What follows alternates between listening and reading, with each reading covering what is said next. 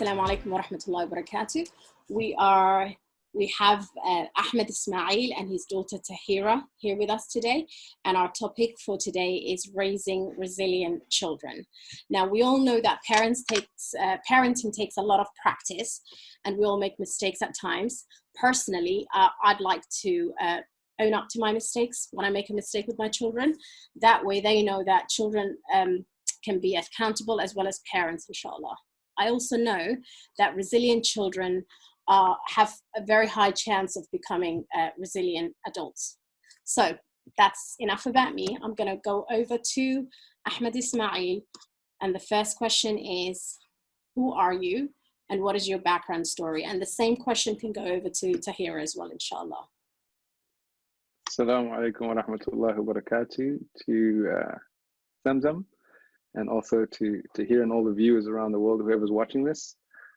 First of all, I just wanted to thank Miss Ilmi as an organization and Zamzam as well for reaching out and asking us to be a part of this. I think it's an important topic. Not that I'm an expert, so I'll give you a disclaimer right now. Whatever I'm trying to share is my own personal experience, so don't hold me against a lot of things that I say. Jazakallah khairan. First of all, my name is Ahmed Ismail, based in Melbourne, Australia. A bit about me: I'm 37 years old. I'm a son. I'm a husband, I'm a father, I'm an entrepreneur, I'm a speaker, life coach. I'm also one of the co-founders of SomaliPN, which is a global Somali platform for Somali professionals globally. We've got a lot of members, close to about 30,000 of them. We organize networking events, global international conferences. I'm a pretty active member here in the Melbourne Somali community in terms of doing community work here and there. Got 4 beautiful and amazing children. Got Taheera obviously here, who's sharing this platform with me tonight, and she's the oldest, and followed by 3 young sons: Walid, Khalid, and Adam. Walid's 8, Khalid's turning 5, and alhamdulillah, Adam's 1.5. That's about me. Born in Harare, Zimbabwe. For those that don't know, I grew up in Dubai, the UK. Spent a few years in the UK as well, and then migrated to Malaysia and then Australia. I have a bachelor's in law and a master's in finance, specializing in Islamic finance. If you have questions at the end, I'm more than happy to answer. I'll leave it at that. Fantastic. Taheera, your turn, inshallah. Assalamu alaikum. My name is Taheera Ismail. I am a primary schooler. I'm at the age of 10 years old, and I live in Melbourne, Australia. One of my hobbies are drawing or anything kind of creative. I'm not much of a writer. I'm not I don't have much accomplishments, but I love everything. So yeah. Fantastic. Okay. So we'll go over to Ahmed now. Our next question is, what is the best thing, sorry, this is for Taheera, my bad. What is the best thing that you love about Dad? Now we can put this question on Dad as well from his point of view. So one thing that you love about Dad, and then he can tell us one thing he loves about Taheera. Okay. One thing I like about my dad is he guides me in the right way. He tells me what's right, what's wrong, and what things I should consider doing in the future. So I think that helps a lot with primary school and my experience. So yeah. Good. Yeah. Nice. Okay. Ahmed. My turn? Yeah. Okay, so one thing I like about Taheera obviously is her ability to understand what's happening around her in terms of her environment, in terms of her family, in terms of how to read, expressions and how people and kind of things, what's happening around her emotionally, and take that and then process it really quickly and come up with a solution. And I think that's one of her strengths. Sometimes I don't even have to say much, or her mom doesn't have to say much. Or if something's happening with her siblings, she picks up pretty quick, understands the situation, and comes up with a solution real quick. Very caring person. Even sometimes when her brothers are in trouble, she'll step in, make an excuse, find a solution, guide everyone through. give me what answers I need to hear, pull her brother to the corner, explain what's just happened, what he needs to do. And she kind of like, how do I put it? She neutralizes every situation pretty quick. That's good. MashaAllah. Okay. Now, the next question we have is, what is your best advice to parents? Now, who'd like to go first? Because I don't want to keep pointing the finger at who should go next. So you want to go? Or do you want me to go? I don't mind. I don't mind. Okay, Okay, you go. Okay. My advice to parents is that you shouldn't be too harsh on your children, and instead of yelling or getting physical, be more understanding and tell them what they did and why it's wrong, instead of being mean to them. Well, yeah, harsh in a sense. Fantastic. That's a good one. Yeah. For me, I think the most important thing to raising resilient children is to, one, lead by example. So if you want your kids to tell the truth or speak the truth, you as a parent need to always be mindful that your kid's always around you, and to always speak the truth, whether they're around you or not, as a person, if we're Muslim. So speaking the truth for me is one of the most important things. And it doesn't go to a point where, I have to tell my kids why you're lying or why you're doing this. I first have to lead by example. And me and my wife cooperate in that sense, where being honest has to start from us. We can't expect our kids to be honest about every single thing. They're going to be children every now and then and try and find excuses to get out of situations. But we're always going to make sure, if we are honest all the time with ourselves as individual parents, and then as parents together, and then as a family as a whole, I think that's one of the most important things I could advise parents, because kids learn from everything we do. Either when we're speaking or when we're silent, they can read our body language. They can read when we're happy, when we're sad. When we're answering the phone and speaking to other people and making excuses and talking about other people, we're backbiting. Kids pick up on that. They develop these behaviors as well. So a lot of the things we find in our kids that we don't like, I could attribute that to them picking it up from us as parents. So one of the biggest things would be lead by example. Communication is the biggest thing for me. So talking and listening is as equal as, it could be good, it can be better, and it can be very well. It just needs practice. Now, a lot of us need to also understand environments that our kids are growing in. So from their bedroom to the house, to the community, to the school, to the duxi, to online, all these environments, as parents, we need to be aware of what kind of environments they are and try and put ourselves in their shoes, in their age, in their time. And if we have a good understanding of all these environments come together, then we can understand how our kids are thinking, possibly, not everything that's going through their head, but at least we'll have a good idea of what they're dealing with. Whether it's in school, whether it's in duxi, whether it's in the house, whether it's in their bedroom, whether it's with their siblings, whether it's with their parents, friends, extended family members. So as parents, we need to invest our time in understanding these environments and then trying to put ourselves in their shoes. So when we communicate with them, we're communicating with them in a way where they understand that we understand. So that's one advice also I'd like to share with parents. The other thing is to invest in our kids financially, emotionally, and with our time. We don't want to always be reacting to situations. So a lot of the time, we might not invest a lot of finances and get them to do activities or take them holidays or see what they like and buy them things they need, obviously within reason, and also spending our time with them. So whether it's going out to walks, whether it's going to the park, whether it's listening to things they want to do on the weekends, planning it ahead. And a lot of these things sometimes we take for granted because obviously some parents, they've got a lot of challenges, whether it's single parents, whether it's even both parents, whether it's work, extended family challenges, whether it's within the relationship, whether it's overseas. And our mind is a bit all over the place in terms of day-to-day life and the challenges we're going through as parents. And so we miss a lot of opportunities to spend time with our kids consciously, where we're physically there and mentally there and emotionally there. And so if we can cut time out during the week, plan things with the kids, sit down, say, hey, the weekend's coming up. I'm going to be busy on the Saturday. I'll be available Saturday afternoon, or I'm busy on the Sunday. What's your schedules like? Do you guys have plans? How about we do something for an hour? We plan things ahead. Okay, does it require finances? How much? What are the activities we're looking to do? What do you guys want to do? Oh, I can't be bothered doing that as a parent. I'm tired. I've done that last week. Let's look for something else.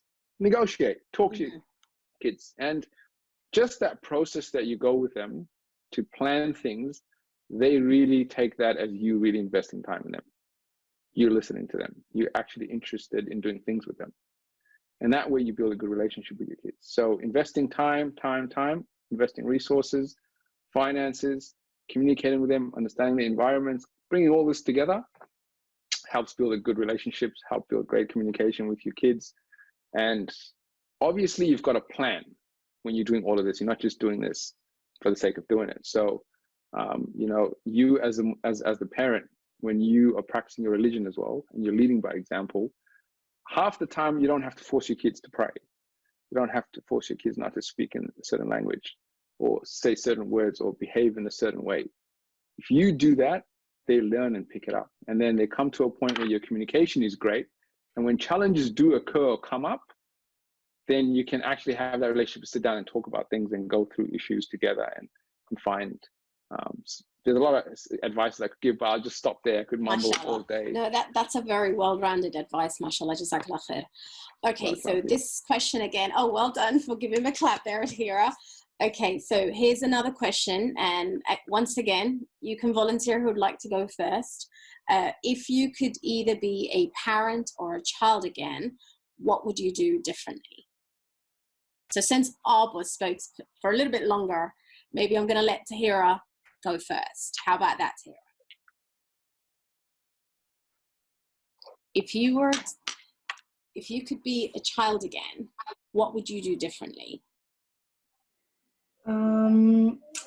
One thing I do differently, because I'm a really emotional person, I can take things the wrong way really quickly, and that's one of my weaknesses. But if I could change the way I grew up, I'd change how I took people's like talks or whatever they said to me, and not get emotional about it, because I really emotional. Like when people talk to me, I get emotional for no reason. Is it the words that they use, the way they talk to you, the tone? What makes you emotional about the way they say things? Taheera?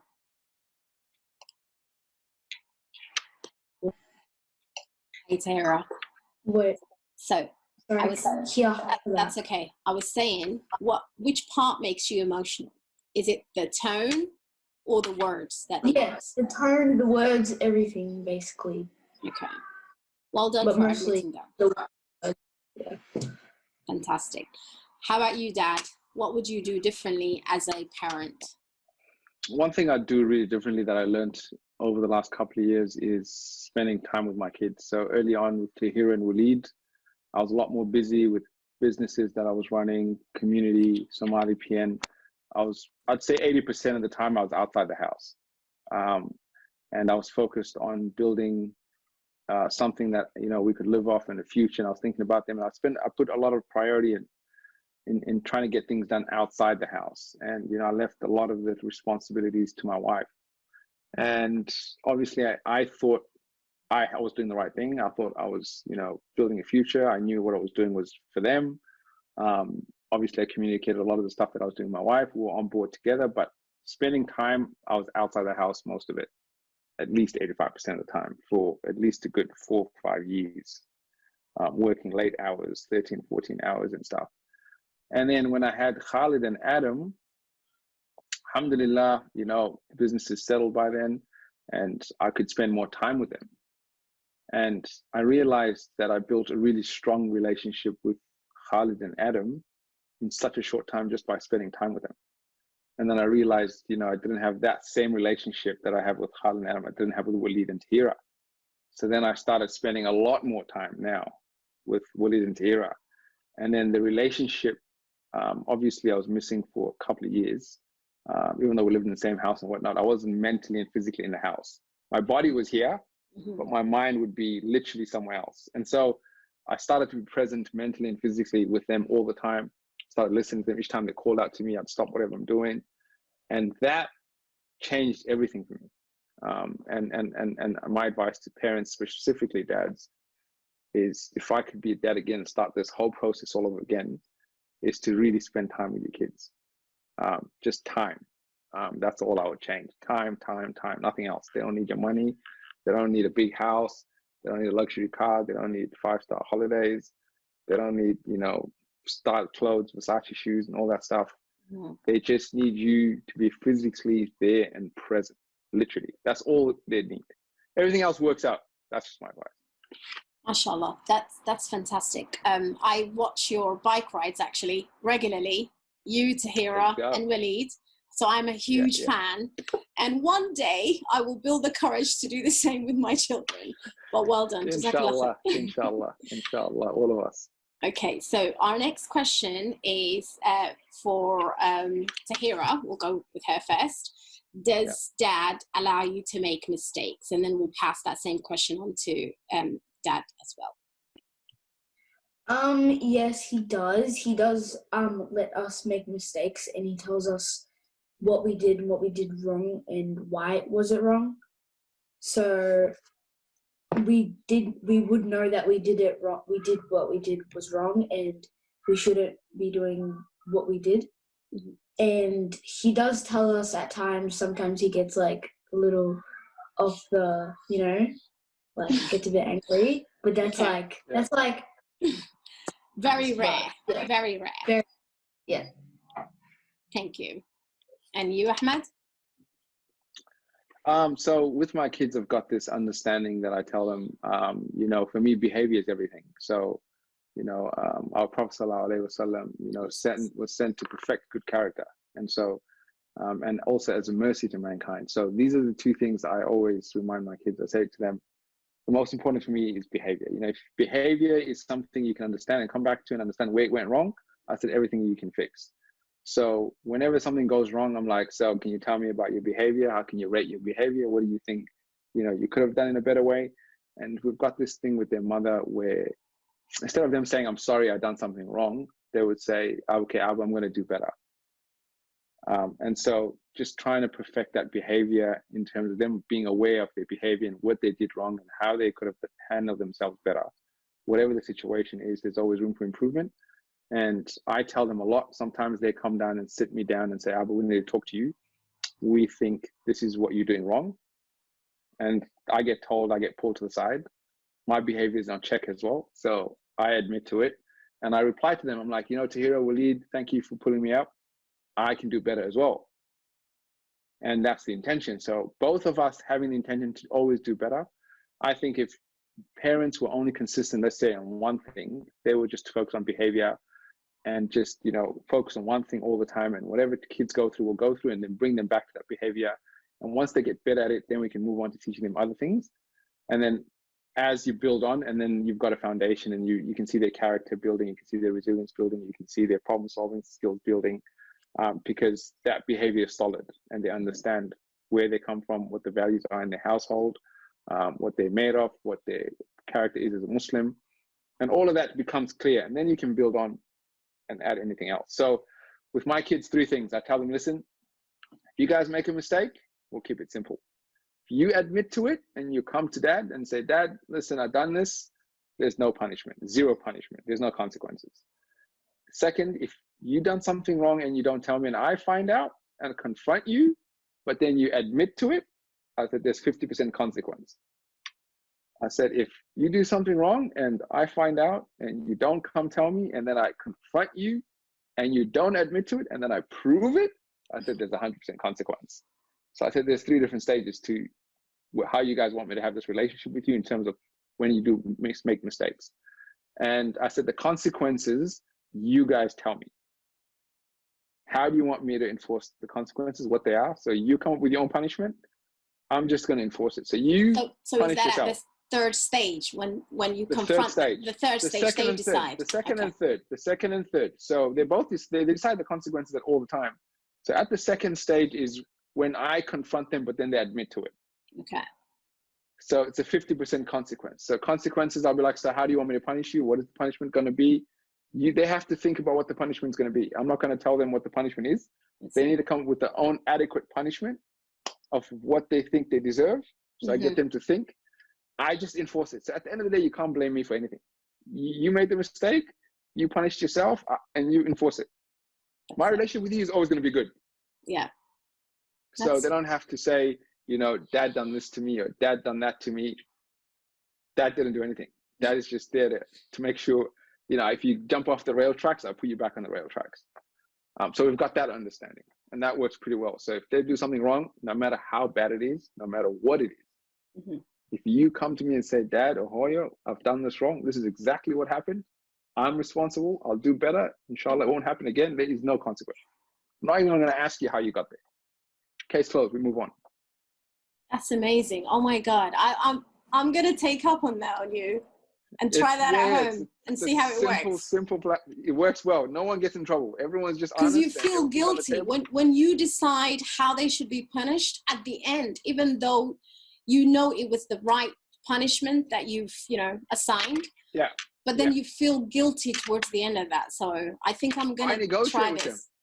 I negotiate with them. When they're coming with consequences that I feel are not inadequate, then I negotiate. I'm like, that's not enough for punishment. Imagine I done that. Would you guys let me get away with that? Okay. And then I negotiate. I'm like, no, we need to add something on that. Let's really keep balance raising it the bar. Yeah, because the challenge of what you guys did wrong, and the consequence need to balance out. Yeah, so it's not worthy. Yeah. It's negotiable. We negotiate. We go in front until we both understand and we both agree and we're both happy with the consequence, and then we enforce it. We go with that, and so we move on that way. So how does that make you feel, Taheera? That you know these 3 stages. How does that make you feel? Okay, I am not a child that gets in trouble much, but if I do, I'm either a 1 or a 2. I'm never like a 3, but like sometimes. It does make me feel like I have freedom, so it's not like something being forced on me. Oh, yeah. Good. So you take it on well. You take it on board well, which is good. Yeah. Okay, so our next question is, how do we manage emotions? So I'm looking at Taheera, mashallah. How do you manage your emotions at home? And then we'll move on to Dad after that with the same question. Taheera can't manage emotions. Should we mute him, Taheera, so then he doesn't have a say in this? Okay, great. Feel comfortable. Negative energy. Okay. I'll mute myself. Go on. As my dad said, I can't really manage my emotions, but I can kind of control them. Sometimes I get like, there's different emotions that I feel. Like, sometimes I feel angry at my siblings because they don't listen to me. But then my dad tells me that I should be the one that tells him like what he does to me. He tells me what's wrong and what I'm doing is wrong, and tells me why it's wrong and stuff. So I do that to my siblings, and then they'd listen to me in a better way, and they wouldn't be as disrespectful or in hurting me hurt me, because as I said, I'm an emotional person. So if they attack me, I might get like, you know. So you find it hard to control your emotions when they don't listen to you well. Yeah. But then when you listen to Dad's advice and you talk to them the way that Dad, for instance, talks to you, they listen well. Yeah. Mashallah, that's fantastic. Okay, over to Dad. Let's see how he controls his own emotions and how he helps his children control his emotions. Okay, so my dad was not an emotional person at all. Like, I've never seen my dad express emotion where I could say he's really opening up, like he's taking it all out. He was very strong, and he always had the same face. He was always smiling. He could be going through the whole world, could be turning upside down, and you'd never know it. So he'd never express it. So I got that. I get a lot of who I am from my dad. And so I was not heartless, but it would be very hard for me to open up. But then as I started getting involved with my kids a lot more and being active with them, and I started to see that, you know, the way I was raised, there's a lot I could do better. in terms of how my dad, we had a great relationship and everything, but I wanted to be more affectionate, more open.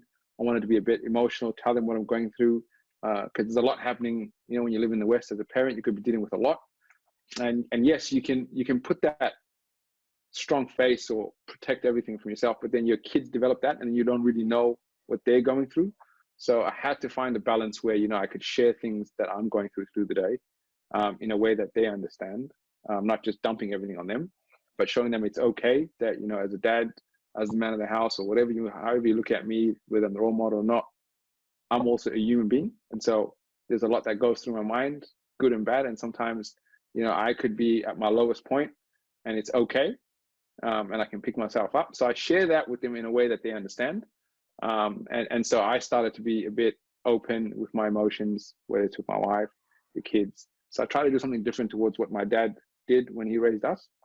And that also helped me build a better relationship with my kids, where they started to opening up. But sometimes Taheera would open up too much, you know, and then sometimes, you know, something small, she might take it to the next level. And I'm like, Taheera, relax. Like, you know, I know it's a big issue, but how about we think about a solution more than, you know, we try and make this issue kind of bigger than it really is sometimes. And I'll be like, all right, so let's just focus on the solution. Give me 2 or 3 things you think could solve this issue. Let's focus your energy on that. And then that way I try and help her. You know, sometimes we can focus a lot on the issue and express it, that's fine. But at the end of the day, the issue's still there. We need to actually find a solution for it. And so I try to help her, you know, change that mindset where at the end of the day, what's more important is expressing, yes, but at the same time it's finding a solution and dealing with these challenges and trying to help those emotions get better for you to manage it, understand it, and then deal with it. Okay. So our next question is a follow-up to a conversation me and Ahmed had a while ago.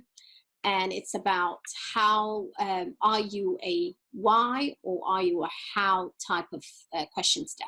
So if you can elaborate on the two and then tell me which one of those you are, inshallah. Jog my memory. Tell us a bit about the conversation you do. So if for instance, I have left my bike outside and I wasn't supposed to, are you a why dad or are you a how dad? Now the why is, why have you left your bike outside? And the how is, okay, so you've left your bike outside. If it's now all rotted up, how are you going to deal with that? What are you going to do about it? Okay, so with me and my kids, this is what we've come to an understanding. I put a proposal to them and I said, you know, we can deal with and control our choices, but we can't control and deal with consequence. So if we can control our choices, then we can somewhat control the consequences. So I said, if you make a decision to leave your bike outside, for example, if it gets stolen, that's a consequence. If it gets rusted, it's a consequence. It's a result of that decision that you've made by leaving. So if you control that decision where you looked after your bike, you put it in where it was supposed to be, you locked it up, you cleaned it, then you would have avoided the consequences of it being stolen, getting rusted. So I said, in anything in your life, you control the choice. So if you always focus on your energy on the choice and your decision making, on making the right choice, making the right decision, we're human beings, we're not going to make them 100% all the time. But if you put our effort in making the right choices, getting the right information, doing the right thing, if you don't know something, asking the right people, getting the right information, making the right choices in your life, you'd save yourself a whole bunch of consequences. So that's the thinking that I share with my kids. I say, listen, the choice is all you have, and that's what you need to control, and that's what you need to think about. But if the consequence already happened, then just manage it, just deal with it. Try and look back at what choices you could have made that could have avoided those consequences. And so in that example, for example, if I saw the bike outside and I would have been like, so what was the decision making or the thinking behind you saying, okay, I'm going to decide to leave my bike outside? So I would more focus on, how did she come to that decision or that choice to leave it outside? What was her thinking? And so that's what I'd focus on. And then ask her, well, now that the consequences is looking, it's getting rusted, it's getting rained on, was that a good choice? Or what was your thinking? Were you in a hurry? Did mom call you? There could have been a lot of things that could be happening for her to make that choice where she randomly just left it. So that's why I don't just jump on to, why did you leave your bike here? Da, da, da, da. I'm also look at the choices the person's made and how they got to that choice. Right. And then help them in that thinking process. Great. Good. So next question, Taheera, is what does the future hold for you, young lady? What are your plans for the future? Do you have it all planned out, or is it a step-by-step plan? Okay, so I've kind of planned it out, and I've already told like my close family. Like not completely, but obviously I'd finish primary school, finish high school, and then I'd want to become a neurosurgeon. Wow. I've always kind of liked the brain. I just watched like a movie, and it kind of like changed my whole mindset on surgeons and all these doctors in that like kind of area of like jobs or yeah, stuff like that. So yeah. Okay. You want to be a neurosurgeon. Good. Yeah. What about you, Dad? What does the future hold for you? We know you're very busy. You're involved in all these amazing projects. What else do we not know that you want to tell us, inshallah? At the moment, I just completed the life coaching qualifications, and I've looked at an area where there's a large demand in helping Somali parents or Somali families develop a structure in the household. So I'm doing a lot of life coaching in terms of family structure coaching, if that's what you want to call it. And so it's called Influential Pillar. I'll share the website with you. I do one-on-ones as well. Alhamdulillah, I've been doing it since late April, since lockdown here in Melbourne. I haven't launched it. I'm looking to launch it on the 15th of November. Most of my clients have been coming to me either via referral. And so I've been busy with them that way. I haven't really launched it, but inshallah, everything will be up and running mid-November. And I'm also looking at playing a lot of golf. I'm not going to lie, my daughter is here, so I can't be telling you things I'm not going to be doing. There's going to be a lot of golf happening. We've seen that. I follow you, remember? Yes. So here in Melbourne, we've been in lockdown for the last 3 months. It's been tough. We haven't been able to get out there and play. So next week, hopefully things open up. So just doing a lot of coaching. I've got a few ventures, small businesses that I manage here in Melbourne as well. Just keeping myself busy and trying to spend a lot of time with the family, a lot of time with the kids. They grow up pretty quick. So I know in no time, Taheera will leave, Khalid, Adam will be leaving the house. It'll be me and my wife, Fahima, we're looking at the 4 walls. So it happens a lot in the West. You know, before you know it, your kids are out. Inshallah, I wish them, you know, successful lives and married and kids, and I'm a granddad in no time.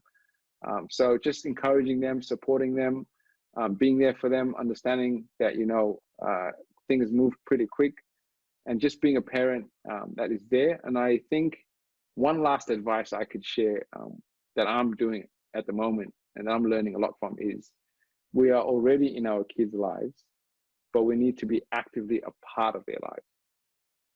So I'll repeat that. We are already in our kids' lives, but we need to ask ourselves the questions, are we actively a part of their life? I think it's 2 different things. So what examples could you give us, like how we can actively be involved and be part of it? So initially in the beginning of this talk, I talked about these different environments. Mm-hmm. So whether it's from their bedroom, house, to the community, to the school, to the duxi, to the online social media platforms, all these things we need to understand it as parents.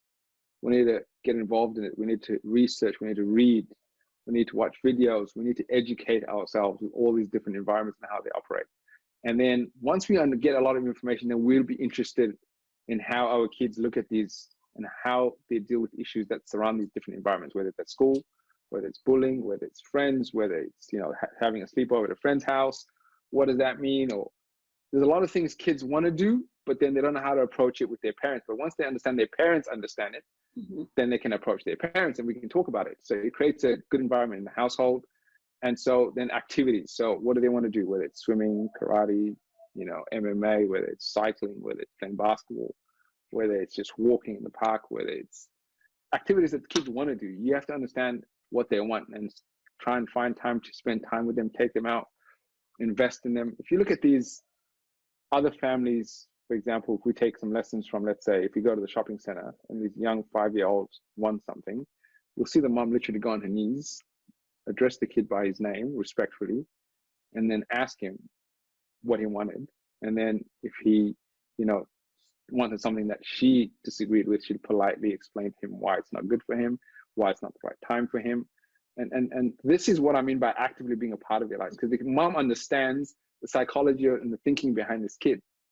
But a lot of us, I feel, as Somali parents, we're not mentally involved in our kids' thinking and what they're actually thinking and what they're involved in and what they like, what they don't like, what they're passionate about. I was asking a lot of Somali parents, what does the word passionate mean in Somali? Translation of it. And they'd freeze. They'd be like, it's an alien word. You know, and so trying to understand what your kid's passionate about. I think it's a whole chapter. We can do a whole talk on that. And it's a journey. Some people never find their passion. Some people find passion late in their lives. And a lot of these kids that our kids go to school with, their parents invest a lot of time, effort, and resource trying to understand what their kids are passionate about. They'll take them to different activities, cycling, swimming, karate, until the kid develops and finds what he likes. Yeah. And then they'll invest a whole lot of time and money into that. And that will help him build his confidence, his character. And for us, we just look at Hebel into him, his gay.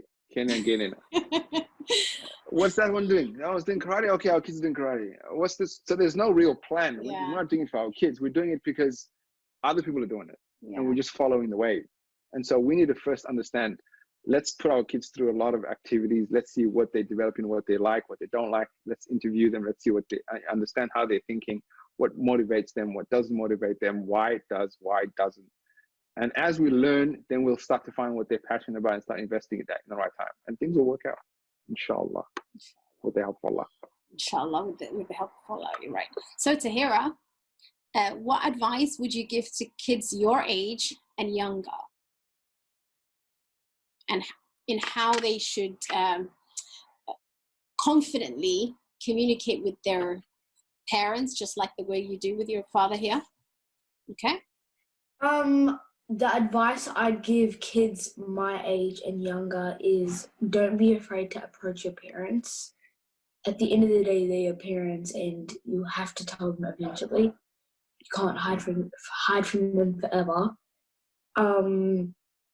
Also, I'd like to say that you should also respect your parents. They cared for you, they did a lot of things for you, and you should do the same back. And shouldn't disrespect or like hurt them and make them feel guilty that they didn't do enough for you or stuff like that. Yeah, that's okay.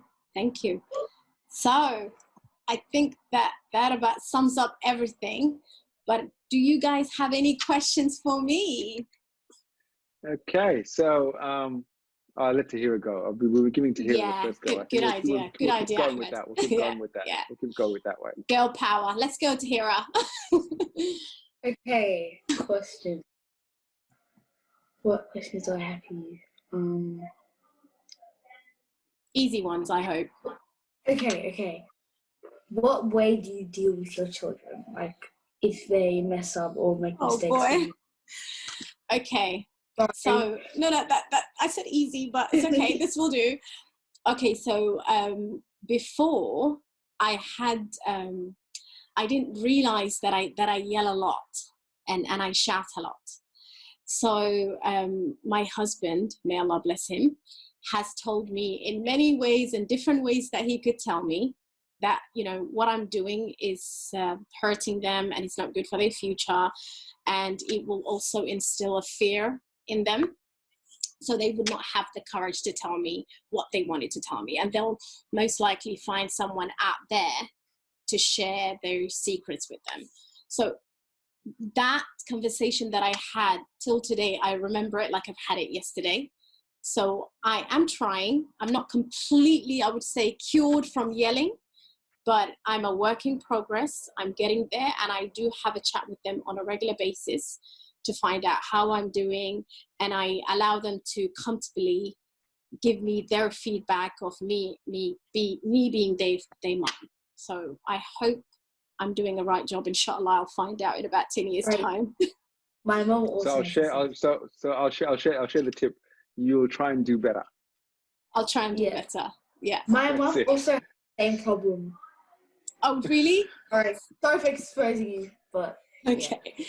First of all, I would like to thank your mom for raising such beautiful children. I may not have met you personally, and inshallah one day I will, but I watch you regularly. I see how your father is with you guys, mashallah. I think your parents have done a fantastic job, and you should make dua for them as many chances as you get, inshallah. So was that the only question? No, is that the only question, Taheera? Okay, you go, and I'm gonna like think and write down some questions, and then at the end I'll try. Fantastic. Okay, let Ahmed go. Okay. Easy one, please. So I'll give you an easy question. First of all, congratulations on Miss Ilmi. I think you're doing an amazing job. What would be, let's say, the future in your head for Miss Ilmi? Where do you want to take it? What do you want it to be? And how can we help you all the way from Melbourne, Australia? Oh, fantastic. To support you. Okay. So just your vision, what you want to do for it. So at least a couple of years down the track, we can say, you said this on that video, we've made it. Okay. So one of the main reasons I set up this is to help Somali children. That number one. Make sure that they do well in school, that they're confident in what they do, and they basically just excel in education, not just in education for dunya, but obviously education in akhirah as well. So that's number one. And two, one day I would like to set up a school back home, and the school would be purely for the underprivileged families, so families that are looked down on. I don't want to mention names, and orphans. So I'd like to take care of them, inshallah, and set up something where they would have the same privileges that everyone else has access to back home. Yeah, mashallah. And how can we help? Well, how can we play a role in those? How can we play a role in those grand goals? Okay, so I already know the role that you're playing, Ahmed. That is to make sure that I'm on track. Okay, I've started the process and I'm gonna get there. So to make sure that I'm on track and I get to my goals. And for Taheera, maybe she can. Taheera can encourage young children. I would say young children to aim high. I actually want her to be involved in Miss Ilmi. So tell me exactly how can you get Taheera that. Oh my God, I would love that. Maybe she can do a session with me about her routines at home. So then our kids develop a lovely routine where they're not constantly being told to do your homework, to get it done. So if knowing your schedule already. How to be self-motivated. That's it. Yeah. So Taheera, I would love that. If your dad's giving you permission, but I need yours, of course. You've got Taheera, don't worry. You don't have to ask me. You can just book in whenever you want, and she'll be here to help you out. No problem. Good. Okay. So is there another question for you, Taheera? I feel like you're writing many questions there. God help you. You've opened a lot to yourself. Okay. Oh dear.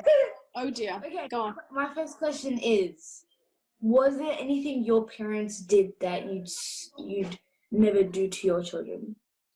Okay. I don't know if I should be saying this live. My parents have passed on. May Allah have mercy on their souls. But I have all my siblings. I would say we had this system where whenever the person, there's an argument between two siblings, for instance, the younger one would always apologize to the older one.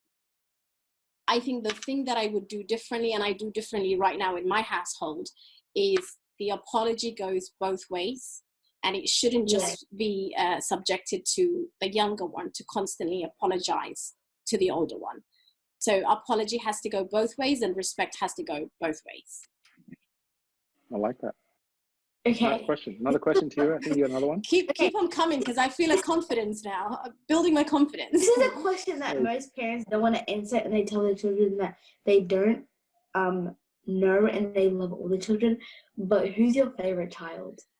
Okay, I wouldn't say one is my favorite, because I would say I love qualities about this one, and I love qualities about this one. My parents have a favorite of the day. So today, who's your favorite today? Yesterday yesterday was my younger one. Her name is Asia. So she is 7 going on 8.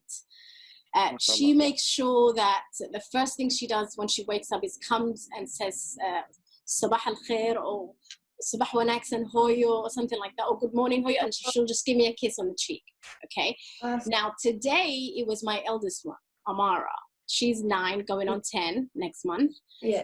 And she's my favorite today because there was a little situation that we had this morning preparing for school, and she handled it well, even though I believe the younger one was slightly rude towards her. She handled it well. There you go. I like that. Okay. Okay. I can hear Taheera thinking. I can hear it thinking. Okay. Well, this is the opportunity to hear it. Go for it. Oh my God. Okay. Okay.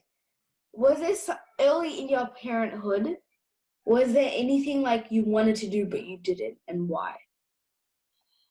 Okay, so I had this idea that I could accomplish so many goals with my first child. And I found out very soon that I wasn't able to accomplish every goal that I needed to do. So what I do is I take one step at a time. So if I, for instance, I said, okay, I want her to know this by this week and know this another task by like in terms of education, I set realistic tasks now, things that we can really do and be proud of at the end of the day, rather than listing enormous list of things and say we're going to get all of these things done. So I make realistic tasks, and inshallah, so far so good. We're getting there. So far so good, mashallah. Great. Yeah. Are there any questions you have for Amara and Asia? The last question. Yeah. Wait a sec. Actually, no, I thought that was a question, but it's not. Yeah. Yeah, that's all my questions for you. Thank you so much, Taheera. I feel so privileged to finally talk to you in person, you know, and thank you so much, Ahmed, for doing a fantastic job with your children, and including your wife. May Allah bless. I'd actually say everything is my wife at the moment, but I'll take some credit for her on her behalf. No, I would like to thank her, number one, and two, for knowing that you didn't put the time in and you're actually doing something about it now. So keep going with whatever you do. And like I said, I'm a huge fan. I follow your bike rides, and I'm quite actually proud that you ride on the main road and not on the pavements.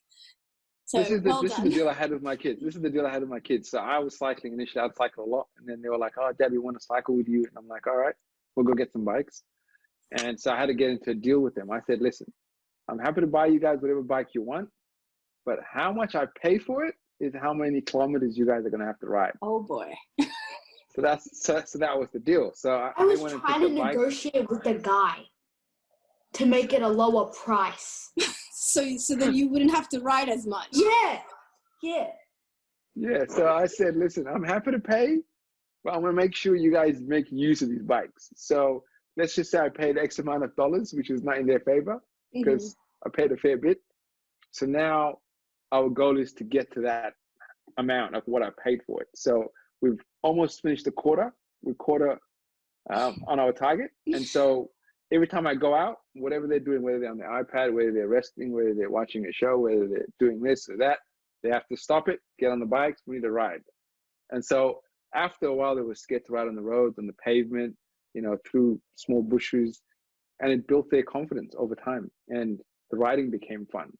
And then that time we spent together became fun. And then they saw the benefits for them health-wise. They saw their confidence increase. They saw a lot of things happening just by going on these bike rides. And after, I think, 3 or 4 weeks, now they're chasing me and saying, "Abo, we need to go bike riding. Let's go. And I'm like, what have I done?"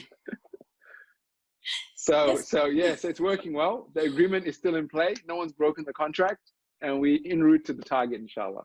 Fantastic. What about Taheera? Did you have something to add? Yeah, I did.